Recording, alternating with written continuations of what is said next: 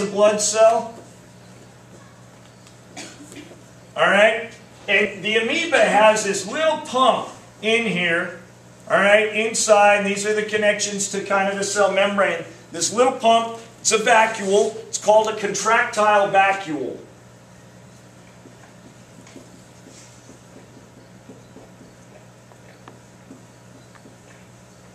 That contractile vacuole helps that amoeba maintain a water balance.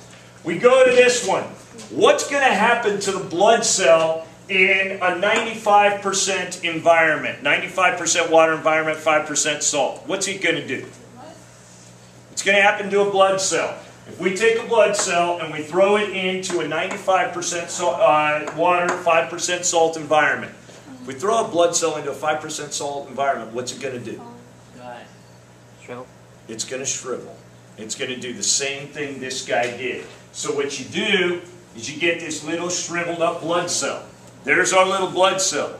What happens to the amoeba? It grows. Doesn't grow, doesn't shrink, doesn't do anything. He stays the same size. What does change in the amoeba is his contractile vacuole becomes this little pinpoint spot. Is he trying to pump any water out at that point? No. No. He's not trying to pump any water out. He wants to maintain all the water that he can, and so it's not doing any pumping. Now, the loss of turgor pressure, the loss of the water here, that is called plasmolysis. I'm going to put the definition over on this side because I'm out of room there. But plasmolysis is loss of water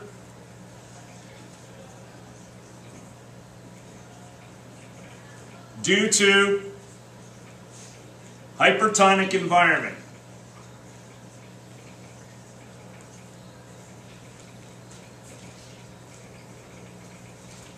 The end result for most things when we're talking about plasmolysis, this is the shrinking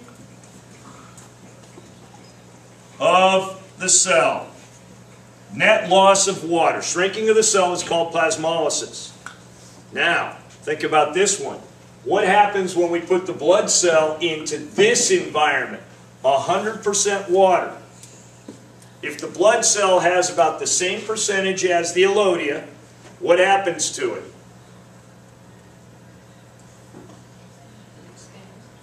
It expands. It keeps getting bigger and bigger. What stops this guy from getting any bigger? Cell wall? The cell wall. Do we have a cell wall with a blood cell? No. No. So what happens? Keeps getting bigger and bigger and bigger. Does that go without end? Bigger, bigger, bigger, bigger. What ends up happening? It explodes. It bursts.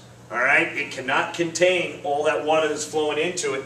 And so what you get is this cell that just bursts out.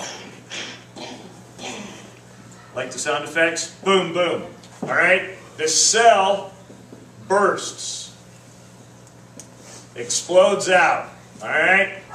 It cannot contain any more, and so it just blows up. What happens to our amoeba?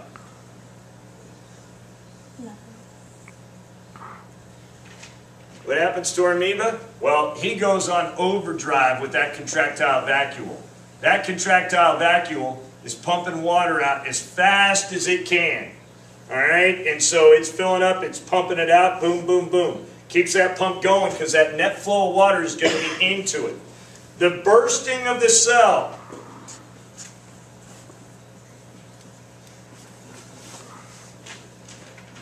is called cytolysis. Lysis, remember to break down, like the lysosomes that we did in the organelles. Cyto, we're talking about the cell here. All right, so anytime you see cyto, cell. Cell breakdown, well, it's breaking down, it's exploding due to the fact of the hypotonic environment. Due to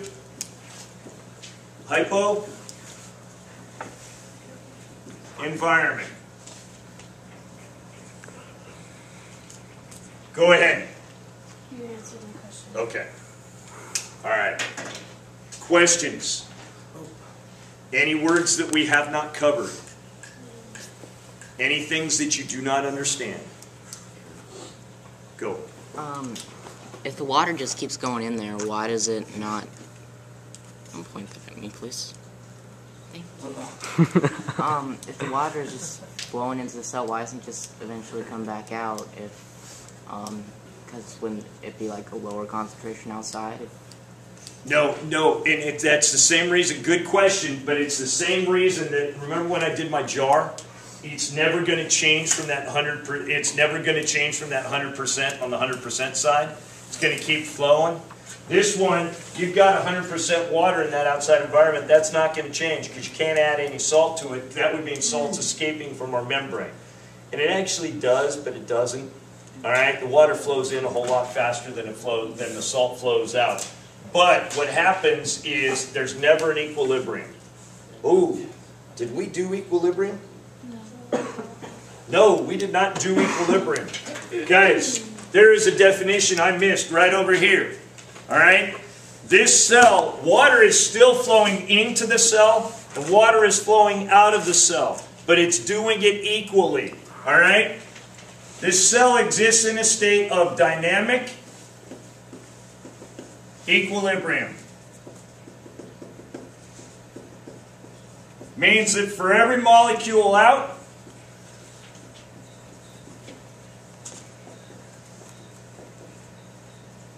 we have a molecule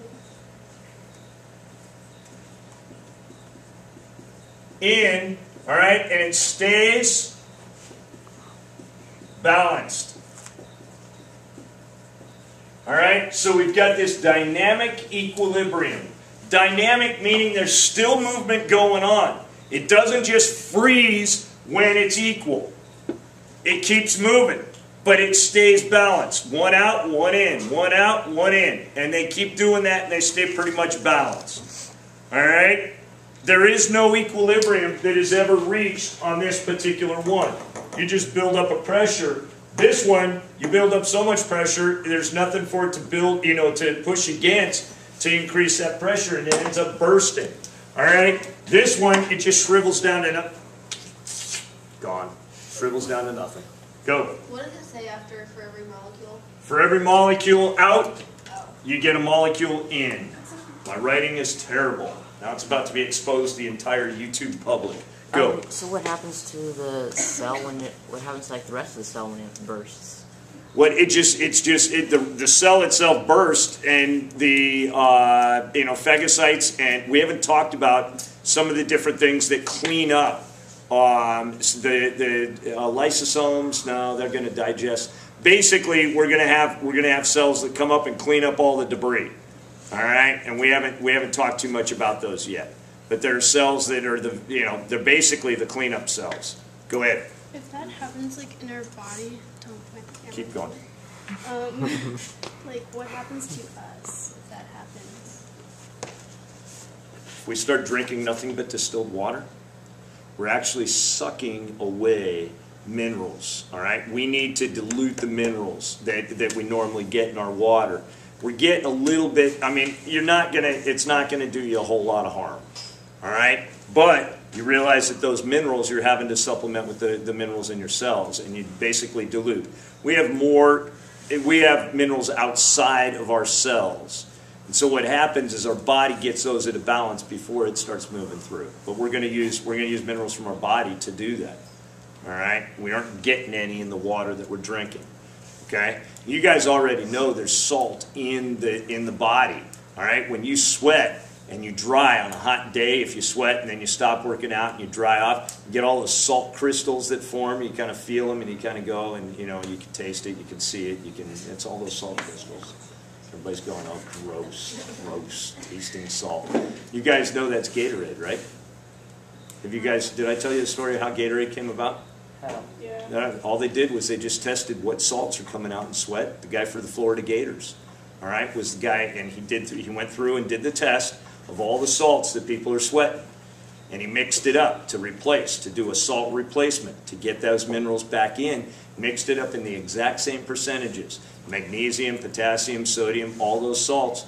Mixed it up, put Gatorade, put it into a mix, and then he added glucose to it. He added a sugar to it, a sweetener. Called it Gatorade, and you guys are all drinking it like crazy. It's just sweetened sweat. That's all Gatorade is. Yeah. Good sweat. What's that? It's not somebody's. No, it's not somebody's sweat, but it's all the salts. It's the exact same thing that you have in your sweat. It's somebody, we've mixed it all up. We did, he did the analysis, and you're drinking, it's sweetened sweat. That's what Gatorade sports drinks are. Sweetened sweat. So. Huh? Oh yeah, definitely. All right, any questions? Guys, take a look at that lab. Are there any words we haven't covered? You think you're going to be able to write that lab report? Go. How are we going to use plasmosis instead of osmosis? How are we going to relate that to the plant cell? Well, you definitely saw it you saw plasmolysis sitting in that particular one. That shrinkage of the cell has the term plasmolysis. It works for both plants and the animal cells. Cytolysis you didn't see, but you can work it into your paragraph, something like, if this was an animal cell that was dropped in, it would burst, and that's called cytolysis. So you just work it into it. All right? Guys, you can phone me over the weekend. 9 o'clock is the absolute, that's the bedtime deadline. Don't call me after 9. But if you're having difficulties and you're not understanding some of the words as you're putting this together, you can phone and just check with me. I don't have a problem with that this weekend. This lab report's a big one. Remember, it's the same amount of points as the cell project. If you have trouble with those questions, you got to make sure you got those answers correct. All right? 2 points for each one. Go. When's it due? It's due on Monday. The lab report is due on Monday. All right? And we're done. 3 minutes early. Sweet. I rushed you through it so we could get done, but we're done. Okay. You just got to keep it going. Yeah. It's good watching it because you got little crossed eyes as you're trying to watch that screen. Yeah, I know. Little tiny screen there is just, little crossed eyes right there. Oh, there we go. All right. You can turn it off now.